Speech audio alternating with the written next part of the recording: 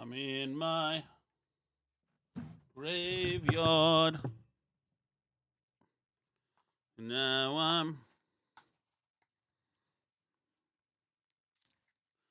dead now.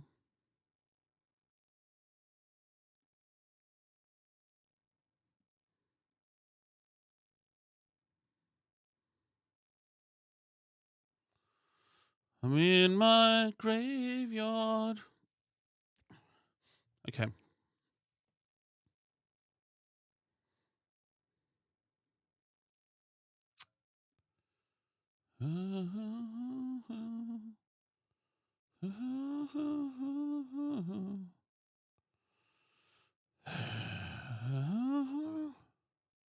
Hey, here we go. All right. Here we go. Ready?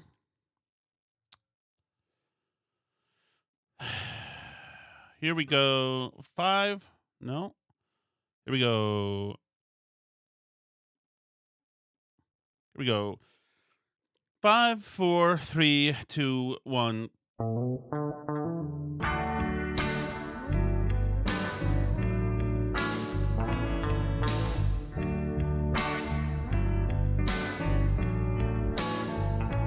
Guys, I've had an Epiphone. Today, and so I haven't had time to look this up, but I'll look it up before tomorrow's show. But I think I've discovered something here, and I think it might be an opportunity for all of us. Today, I was mowing the lawn because I'm a man. In my lawnmower, the drive belt is broken, which means I'm a double man because I'm pushing the thing. And so I've had the gas can, which is one of these new gas cans that doesn't like pour gas well. I've had the gas can. It was just sitting in the middle like of the lawn, kind of on where there's what's that thing called that the that you have to have pumped septic tank. Yeah, on top of the septic tank, there's a little panel there. So I put it there sometimes because it won't block any grass and kill any grass. So um, this is important. So I run out of gas with the lawnmower on a particularly rough part of grass. It's mostly weeds now. You know these weird weeds that like I have shorts on that like you rub up against them and it feels like 1,000 shards of glass are in your leg, but you can't see anything. Weird. One of those babies got me. But anyway, so I go to get the gas can. I bring it over to pour it into the lawnmower. I put the funnel, I put the sprocket, whatever, into the gas can. And then there's a green button you have to hit to release the gas. Because nothing can just pour anymore. So I press the green button. The thing explodes gas at me. Not explodes like fire, but like as if it was carbonated and sprayed gas violently right at my face, including nailing my face in my mouth, by the way. I can still taste it. And thankfully I had my glasses on, but I was like, holy hell. And so like I let out a little bit more like over to the side and I could see it went like there was like stuff happening there. And it occurred to me that you know why that is? That's because there's nowhere for any air to escape anymore because these things are made to not explode from now on. So apparently gas expands in the sun or something. I don't know what it is, but it's their stupid freaking regulations that did it. And am I going to sue?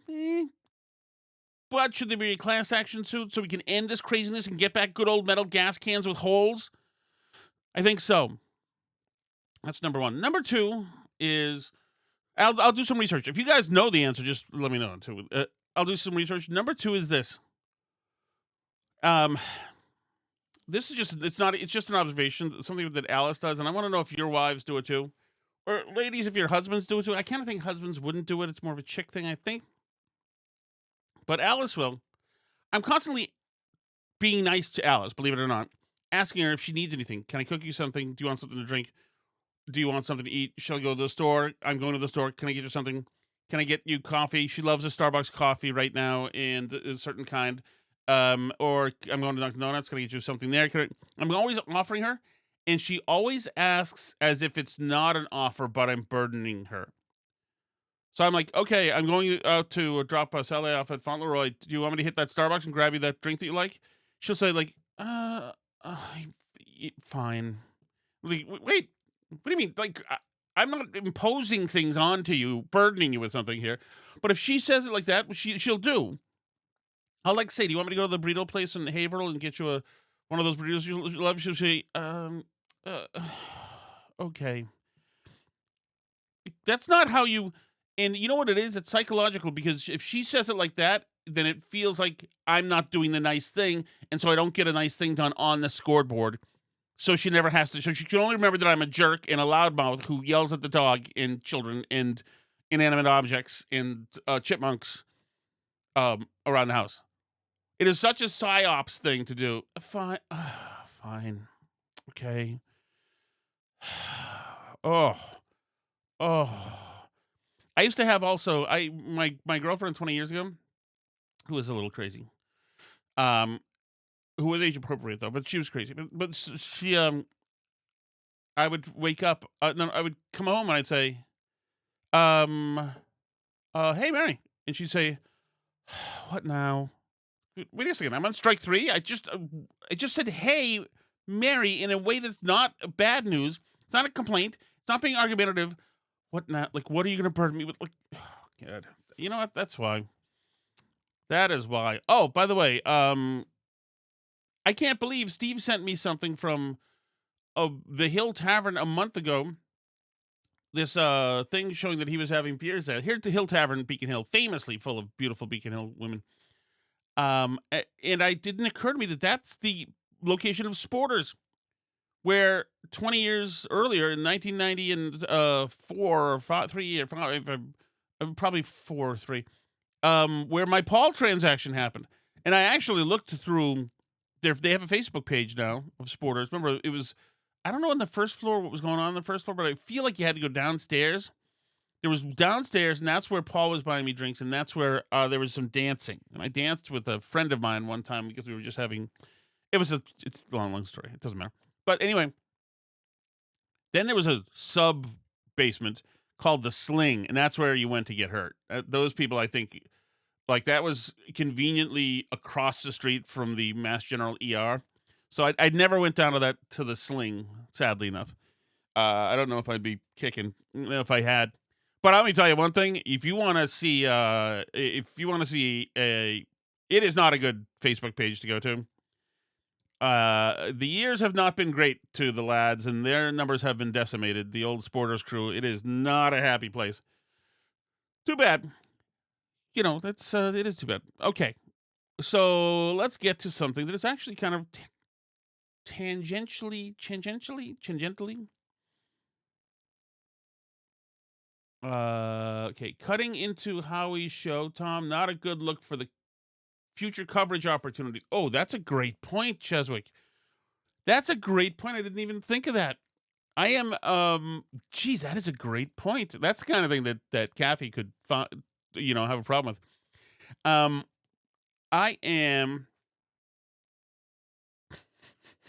Timmy Ken says even the gas is putting itself in Tom's mouth. That is such ridiculous.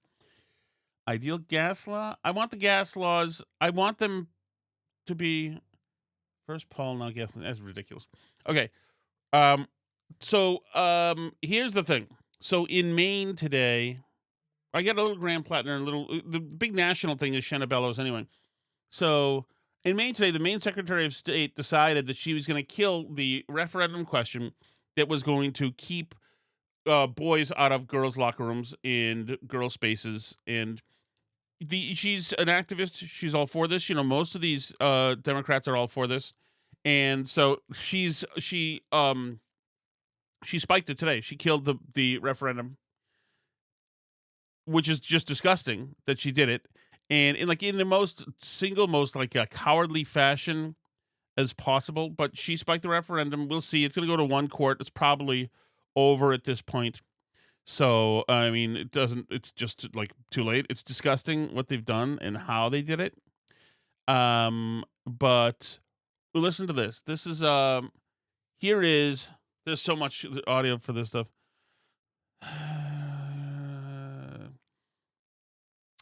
Here are some girls. This is the young lady you're about to hear. Is a young lady we just spoke to today. Her name is Molly. She's talking about what happened, what she's noticing at school. This is at the high school level. What she's noticing with these boys in girls' spaces. How is it at the high school level?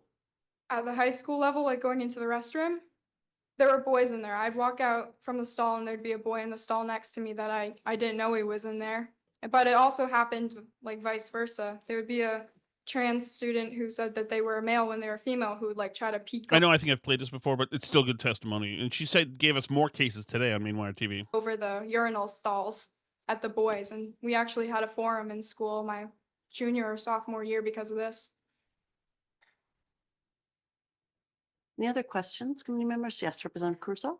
Madam Chair, thank you for speaking. You did a great job. Thank you. So I'm not in the school, so I don't know, but it seems like it's more prevalent. Last year, we were hearing that it was just a couple of students or it wasn't, some people say it wasn't really happening. You're saying that it's common? It's very common. People just don't talk about it because they're afraid of getting in trouble. You said you're an older sister to 3 more female athletes. Is it happening to them in their grade? Yes, Catherine mentioned a male student masturbating in the female locker room in Hamden, and my sisters have witnessed that. She's a freshman in high school and she's seen that. What do they do?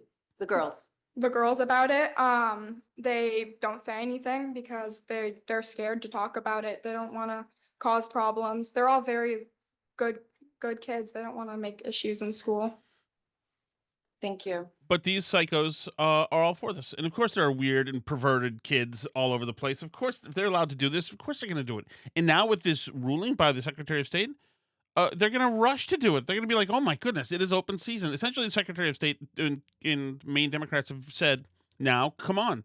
Like Biden said, surge to the border. They're saying surge to girls' spaces and check them out. Why wouldn't you? If you're a guy, if you're a 17-year-old dude and the hottest chick in your class is naked in the locker room, duh, of course you are. It's like, it's disgusting and gross, and people should be in jail for this. But these people are just absolute pervs. Absolute pervs. Here's another girl talking about her experience.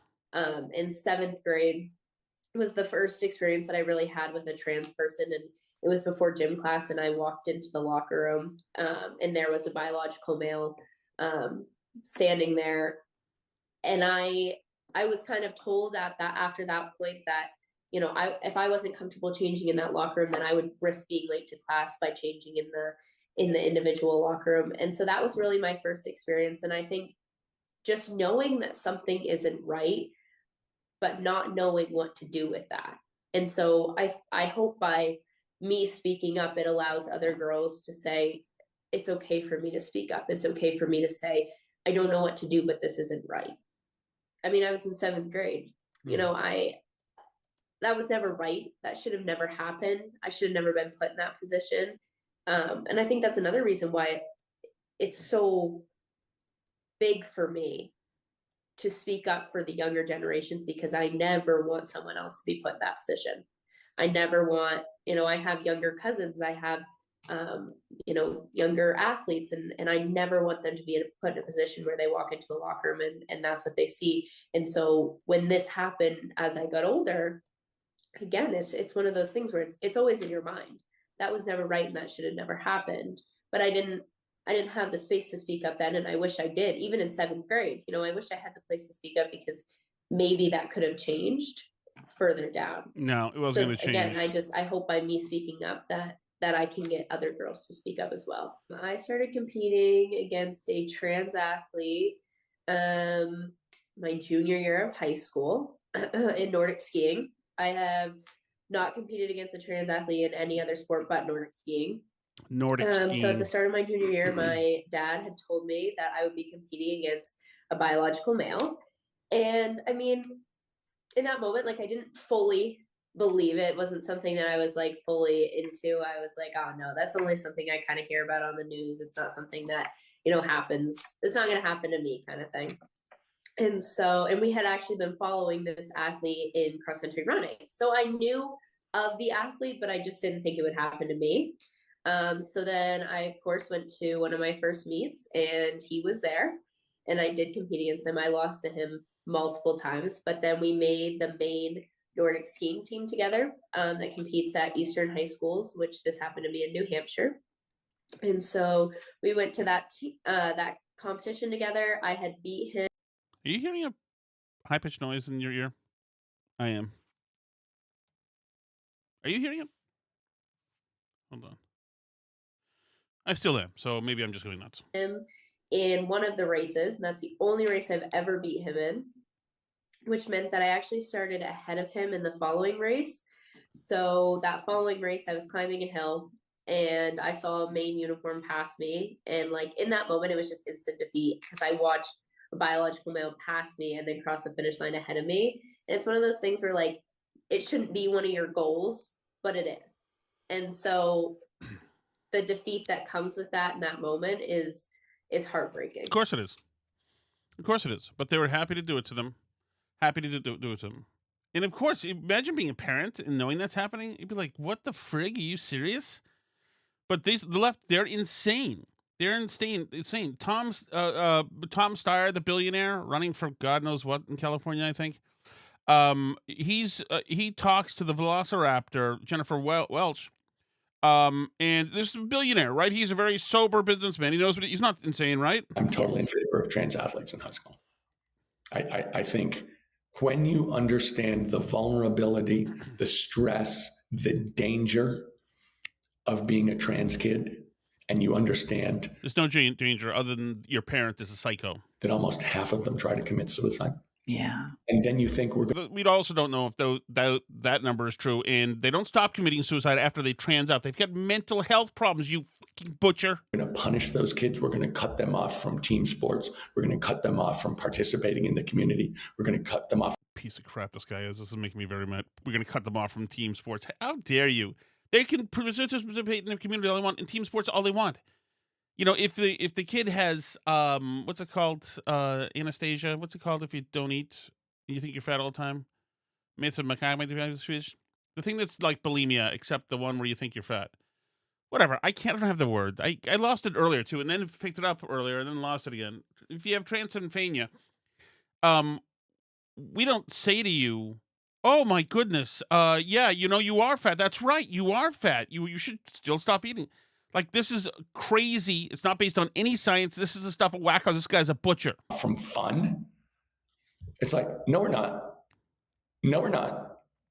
And, you know, as someone who played sports my whole life and loves sports and love playing sports, they're more important things than whether you start on your high school basketball team. And that is standing up for people who are under threat of death. You piece of this guy, man. Yeah.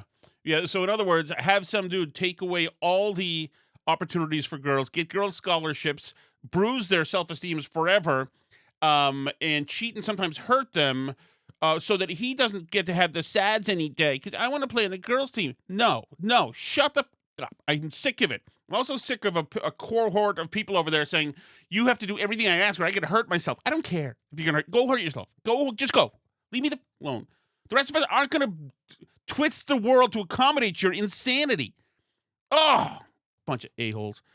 All right, let's get back to the the sound. So we ask, the Maine Wire asks Shenna Bellows today, we want to ask her about why this is happening. Why exactly she did this. Why did she kill this this thing when obviously she claims that 500 signatures are bad. This is out of like 60,000 signatures. It's just BS. She managed to spike the thing by saying the process was corrupt. John Featherston found her at the state capitol building today and asked her, Madam Secretary, can you explain why you won't take a question from the Maine Wire, but you'll take a question from everybody else? I will take questions from the Maine press. I will not take questions from parties, including folks who have submitted recommendations to me regarding this particular initiative. It would be inappropriate for me to engage with advocates on this matter. With advocates. Meanwhile, it's called an advocate. Of course, all these other places are advocating on her side. She'll take them. Explain Any that. other questions from members of the press? Okay, great. Thanks, guys. He follows her down the hall. Madam Secretary, will you ever talk to me? You'll never even give me the time of day? You can't even look at me in the eye as a person who lives in Maine that you represent, and you won't even talk to me as a human being? I don't understand that. It's kind of concerning, Secretary Bellows. I live in Maine. You should, treat me with some respect, don't you think? No? Close goes the door. Madam There it goes. There it goes. So there you have it. Nope, you're not getting anything from her.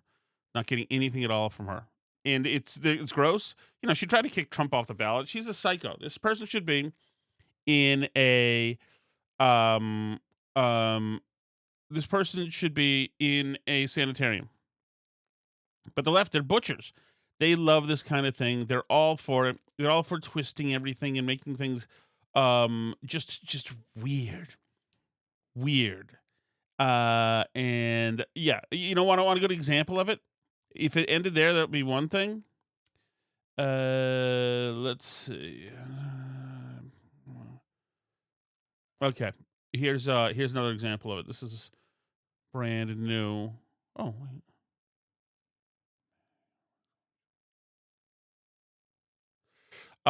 Here is Canadian doctor met a mentally ill guy with bowel problems at a Tim Hortons, told him that the best treatment option was for him to die, and then drove him to the hospital to be euthanized. Not even memes can, this is from Pagliacci, the head, not even memes can capture the level of retardation Canada has reached. London on the doctor who assessed a patient with inflammatory bowel disease and a history of mental health issues for Maid outside of Tim Hortons location, and later personally drove the man to the place his life was ended, has agreed to 6 months supervision. This is the left. They don't think they're bad. They think they're the good guy. That's what they think. They think they're the good guy. Here's Velociraptor again. And by the way, they're all for killing, people in and outside of the uterus. Here's Velociraptor again saying that, something has to be done to these MAGA men. We have to go after these MAGA men. One example would be Jesse Waters. Mm-hmm. This man talks incessantly about masculinity. Joe Biden is not masculine because he sucks on soup. What kind of man sucks on a straw? He goes on and on and on so much about the idealized man. And that's a part of fascism, this, propelling this form of toxic masculinity. Why are you so obsessed with men, Jesse Waters? Euthanize them. What's all that about? Mm-hmm. Why are you so obsessed with trans people? Why are you thinking about genitals all the time? Kind of flip the script. We have to. Wow, she turned everything around using a psychological strategy. Wow, man, you keep that big Velociraptor brain. Yeah, it's not going to work. Just stop it. You guys are the ones who are absolutely interested in children and their genitalia. You're interested in putting them next to weird, old, decrepit, whorish-looking drag queens. That's you. You want to sexualize the kids. That's all you, man. You're playing groomer games. That's what you're doing. So we're not having it. Graham Platner, back in the news. We had, who we had on today on Maine TV? Robert O'Neill, the guy who shot Bin Laden. Great to talk to. He was just, I should have grabbed some of it for this show. But watch the first half hour of the Maine Wire today, and I think you'll find it interesting. We go from Graham Platner stuff to the Bin Laden stuff. He's real cool in talking about all of it. He's not like sick of it yet. It was really just fun to talk about. I told him about going out with Chris Tonto. We a bunch of us went out with him like 10 years ago on down in Boston from the Boston Herald Radio. We had like 10 of us, and we just tied a few on, and he was a hero to us, obviously. And he was, man, he was not afraid to be un-PC at that table. And I was fine. I was telling Robert O'Neill about this. I was saying, do you think that's the thing that soldiers have to have? But he was talking about blasting salves. Oh, he loved it. A salve is a savage. That's what they were calling the people who were attacking them during the Benghazi attack, which is certainly fine for me. And O'Neill said, he said, what word did he say? I said, salves. And he said, oh yeah. And he said, yeah, let me tell you something. Those guys who were in the gunfight against Tonto, they wouldn't care if you call them a Sav. And so there you go. Why did I bring that up? But okay. So the point was this: is that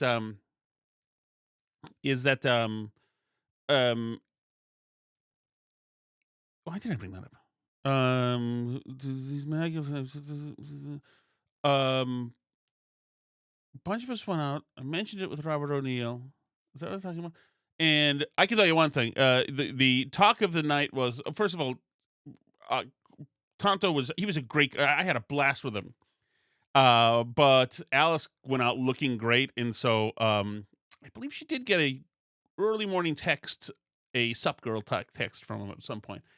But she did look good. It's worth it, you know. He's a good patriot. I didn't see her for 2 weeks after that. Huh. She was on business, although she didn't have a job. Huh. No, I'm kidding. Obviously. All right. Graham Platner. He's good. You know, he's gone after all sorts of people now. The latest thing is he's complaining about Thai hookers versus South American hookers. He thinks if you got shot during any of the wars, the GWAT wars, then you might have it coming. Depending, he thinks Chris Kyle had it coming, or not. No, was lying about his numbers by just blowing people away. He doesn't have too much to say that's positive about anybody. And plus the normal socialist crap. Here's here with Bernie. He's so full of it too. By the way, it's so funny.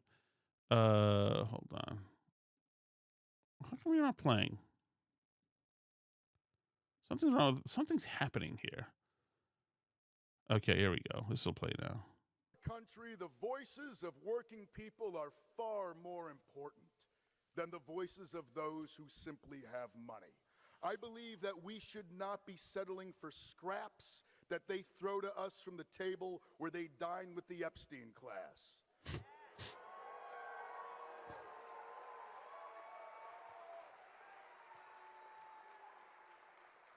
I don't think that a CEO should have more power than a union member. I don't think that private equity. So he's just full of it. The normal crap. This is all scripted stuff. He doesn't know what he's talking about. It's just giving socialism a try. He does this Epstein stuff. There's nothing. Yada yada yada yada. He is not. He acts as if he's some blue collar kid. He's a rich boy. His parents paid for everything. They still do, as far as we know. It's like whatever. But you know, so we're asking him questions. We want to know, and other reporters are asking him, like, what about saying that you like to enjoy yourself, pleasure yourself in a porta potty? What about any of these things? And he's such a puss, just runs away. Graham Platner. What's up, man? It's good to see you. Does the smell of porta potty still make you want to masturbate? What's up, dude? Right Graham Platner. Can Mainers trust you when you say you've never masturbated in public? Graham, do you want this hand sanitizer for later, or do you prefer lotion? He's not even looking at the guy. Graham, not even looking at him. Do you want this hand sanitizer, or do you like lotion a little bit more? Not even looking. He's right next to him. Graham did a good job of not looking there. And I'll tell you one thing: that reporter, that is a nice hit, right to his face, right to his face. But Platner won't answer anything or say anything. It's like it's just trying socialism again. Here's Mum Tommy doing the same thing. When necessary, we will take aggressive legal action to remove negligent owners and property managers. And for buildings that have suffered chronic neglect, we will work to transfer ownership to responsible stewards.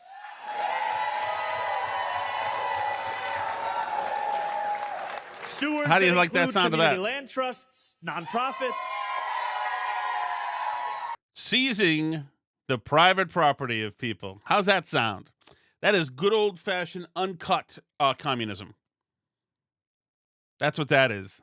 Man, these guys are snakes, vipers. Here's Tucker Carlson. He's suggesting people do something that I once tried to not a great effect. If you're in debt to anybody, you're literally in debt to them. You owe them something you haven't yet paid. So that is, by definition, their control over you, right? Yeah, they have control over you, and they can take your assets if you don't pay them. So I totally understand it, and it's a risky, depending on the, depending on the type of person, some people are more risk taking when they don't have the funds. I don't believe you should be taking out loans that you can't afford. Yeah.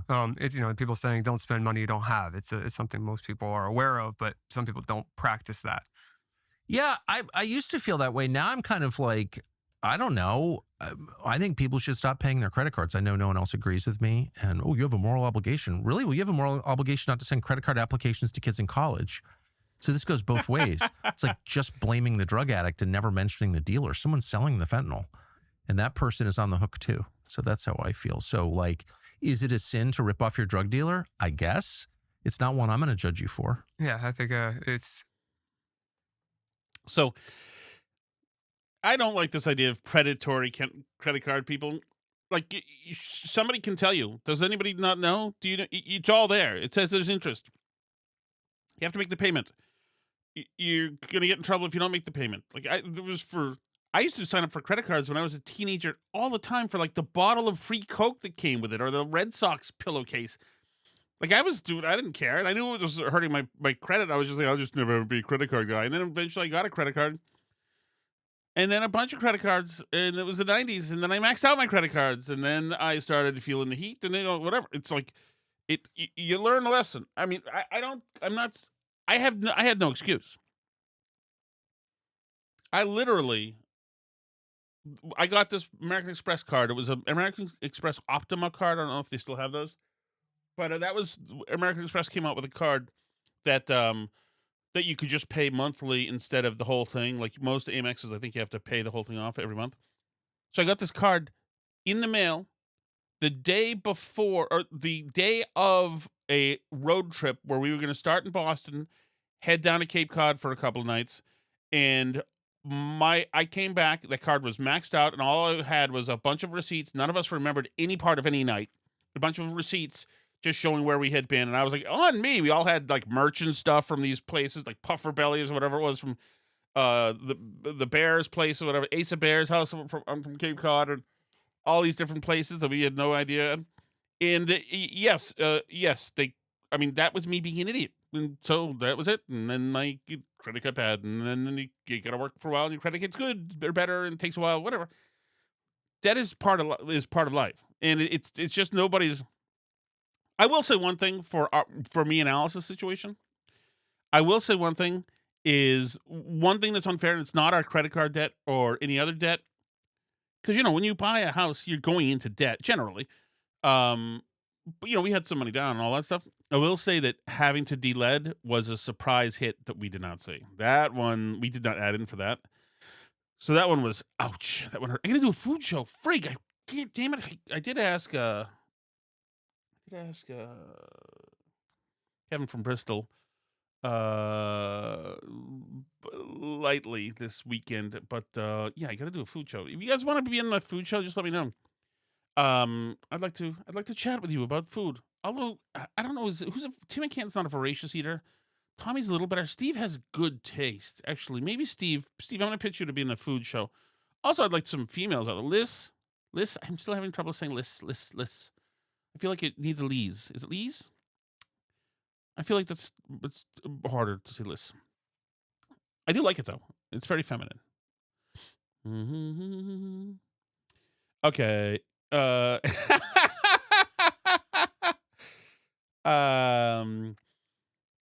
Jessica says, why bother competing if you can never win? That's right. Liz says anorexia nervosa. That's right. Damn it. Anorexia. That's right. Jeez, I really felt like anesthesia in Transylvania. Jessica says, Tom, what's the feeling in Maine? Are Republicans leaning ahead in all state races? You say ahead? No, Republicans. No, they are not ahead in all state races. Latest polling has Platner over Susan Collins. Yeah, it doesn't look great. Possibly Paul LePage might win in CD2. That's the one that we could have. I mean, I'm not overly optimistic. It's better in Maine than it is in Connecticut. I'll say that. Splash says any dumb claim that rates about toxic masculinity never needs to be taken seriously. I agree. I'm serious. After 50 years, politics, what's Bernie Sanders' signature piece of legislation that's greatly helped the working class at the expense of the tax of the super wealthy? No. Right. Cheswick says, please take the Empire State Building and let it become a shelter. Empire State Building's a nice building. Empire State Building, Chrysler Building, Pan Am Building, those are all nice buildings. I don't want them to ruin those like they did the Roosevelt Hotel. I will say this, though. I did see that in some report that it's possible that they could make data centers like that if they wanted to, they could make them much more scenic, like aesthetically nice, like Art Deco, and that would be kind of awesome. Right? All right, let's get to the chat. Oh, okay. So somebody says, let's get to the chat. Thank you for bringing light to the darkness surrounding the scourge for mostly young girls that's known as Anastasia or transfandism or whatever the fuck you call it. How shit-faced are you right I'm now? not. Anorexia? I'm not. Hello? Jeez. I didn't have the words. I see the video. I just saw it for a second. I do look like banged up. I'm not. I've been out today mowing the lawn and then running in to edit stuff for the Main Wire and doing Main Wire TV. This is number one seltzer right here. Milk Ultra. Because I'm skinny now, because I'm on the higher dose of Plemexia. Okay. Hey, Billy from Manchester. Hey, well, Billy. I'm glad you enjoyed the barbecue sauce. Delicious. It's excellent. I can't get it anymore, which is frustrating because you have one bottle and I don't. But anyways, Sorry, Billy. hopefully they restock soon. The thing with Andy from Cambridge was not that Amherst is the city doofus. It's that he was saying how the girls at UMass were unbelievable. And I was making a point of, if you think those are beautiful girls, check out girls in Athens, in Tuscaloosa, in Oxford. Just come down to the SEC and just mind blown, Andy, mind blown. 38 seconds. Yeah, Billy, I think that is absolutely true. All I have to do is a joy of mine, and maybe one of yours, is to watch the opening of the. Here we go. Well, it's Virginia Tech, but there's another one that uses it too. The Enter Sandman thing with the football games, and watch a bunch of those like run-on songs, and all the co-eds jumping up and down there. It's like the further south you get, that's where the thoroughbreds are. Come on, it just happens to be true. Like, who would want to go up for Massachusetts winters? It makes no sense. Plus, the attitudes up here suck.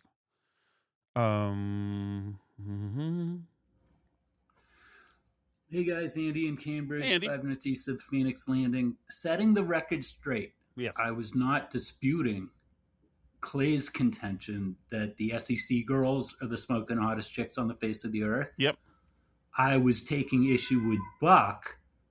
I'm not torturing my cat. She's just screeching in the background. Likely story. I was taking issue with Buck's claim that he spent 4 years in Amherst, Massachusetts, and saw nothing but woofers at Amherst College, because that downtown is right next to the campus for Amherst.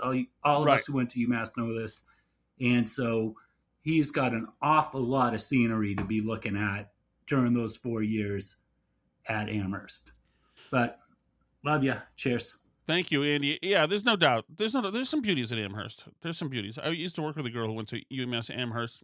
She and her friend, actually. One was named Tanya Mayonnaise.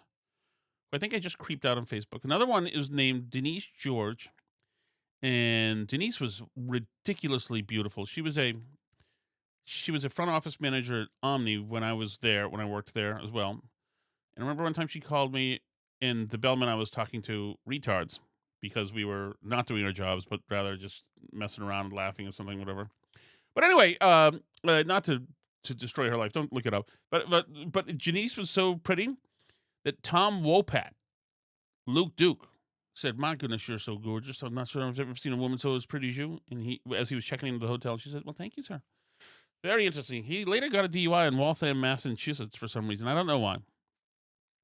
He was there I think he was kind of babysitting Anne Margaret for some reason. Or the guy from WKRP was babysitting Anne Margaret. Somebody was. She was in the lobby. She was a hothouse flower. Not look fun. She was seemed joyless, much like Belinda Carlisle, who hang out in the lobby too.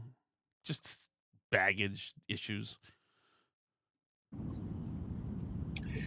Hi, Steve from Merrimack. Hey, Steve. That entire rant of Springsteen's, you left out one key fact. He was reading it from a teleprompter. Great point. I don't know if you saw the photos. I did. But, he's sitting down at the front of the stage, and if the camera pulls back, and there's a monitor there telling him what to say. And it's just, the stuff he was saying was just so tedious and provably false, especially the USAID thing. I bet he doesn't even know what USAID was. No. Anyway, I'm from New Jersey. Yes. I disavow Springsteen. Thank you. Okay, Scondrus Jr., I think you're getting the phrase Incorrect. I'm not Scondrus Jr. That's a localized reference to a gentleman who enjoyed the company of men. Mixed up. You kept referring to people as clambakes last night. Yes. People you were disgusted with. Yes. I don't know if that's a derogative term. Yep. That you used up your way, but the only time I've heard that term used outside of an actual clambake is when somebody would say, let's blow this clambake, which means let's get out of here. Let's screw. Right. Apparently, blowing a clambake is much different in the Tom Shattuck world. Incorrect. So work with me on this, Tim. And I need your help in this. I need everybody's help in this. I'm trying to make clambake a thing. In the same way, High School Musical, trying to make fetch a thing. Regina George, you're not going to make fetch a thing. I'm going to try to make clambake a thing. I've been trying to make it a thing, too, on social media. The idea is this, is that somebody big with some big name, it's usually somebody like Jacob Fry or Tim Walz, we'll call it clambake, or some other weirdo. But the idea is this, is that I'll use it on social media somewhere, and some big profile social media guy will say it's a homosexual slur. And then that'll be fun because I've just simply made it my own. Like Gype, as a matter of fact, which I didn't invent. My friend Ted invented Gype. So that's what we're trying to do there, Tim. I'm trying to make it a thing, clambake a thing. I want them to think something. Alice asked me too, like 2 weeks ago. She says, "What do you mean by clambake? What does that mean? Is that what are you doing? Or are you just trying to?" And I said, "Yeah, I'm just trying to." So there you go. But I think it's good. I think it's a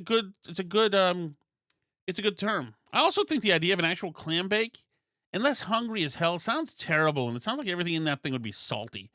Like sandy, is what I mean. Like, just seems like pieces of corn and stuff. Like, what are we doing? It seems like a lot of work. It seems like I need a lot of a bib and a lot of hand wipes. Real clambake does not sound fun to me. Hi, Steve from Merrimack. He's losing me. Mm-hmm. Really losing me. And it's the same thing that blew him up in the first term, which is horrible communication, incredibly haphazard management style. It's just, dude, he's got to make the case for this war. Yeah. To the people. He's got to keep everybody, involved. And it's just not happening. I mean, do we really miss Carolyn Levitt this much? Oh man. It's so funny. Candace Owens had no idea how long he was into his second term, but it's but her point is valid. I mean, it's only a little over a year into the second term, and things have gone from pretty good to shit show recently. Talk me down. Thank you. Yeah, Steve. So I have concerns too. I think the with the Trump administration, though, you've got to think about it in terms of the Truman Show. He's out there in that boat, and it's beautiful and placid, and then suddenly there's gale force winds and a tornado in the water, and then it's beautiful. Like, you never know. 3 days from now, everything could be fantastic. With the Iran thing, I definitely think that, he's declared the war won 1,000 times. He's used tough talk 1,000 times. You keep saying you're going to feel it, like you keep talking smack and they're still alive, then it's not, that's no good. I also heard another podcast, I think it was commentary, saying, he told them to get out in the streets and overthrow the government. I haven't heard him say that. I kind of wish somebody would say that to them. I know Netanyahu had, and maybe they're not able to. Maybe they're all dead. The Iranians who want to overthrow the country. I don't know, but I think that there's a way to finish this. I mean, right now, what it means is gas prices are through the roof. For us, for Americans, we've also used a lot of weaponry. I get it. I thought the military-industrial complex owned Washington, D.C. How come we're not buying more stuff? So anyway, I think that the blockade will work. I just think that it's going to, lives are going to be ruined in Iran, and they can't pay anybody, and then you're going to have problems in the street. So I think that's the key. If there's somebody else that can get in there, then let's go do it. We're this close. I think the Iranians want us to put troops in the ground. There's nothing more that they would love for us to put troops in the ground. I think they want us to have a larger presence in the Strait of Hormuz. They can close the Strait of Hormuz down. I think the rest of the world should sack up and do something about that. But they're pussies, so they're not going to. But we're kind of in a cliffhanger part of this thing when it comes to that.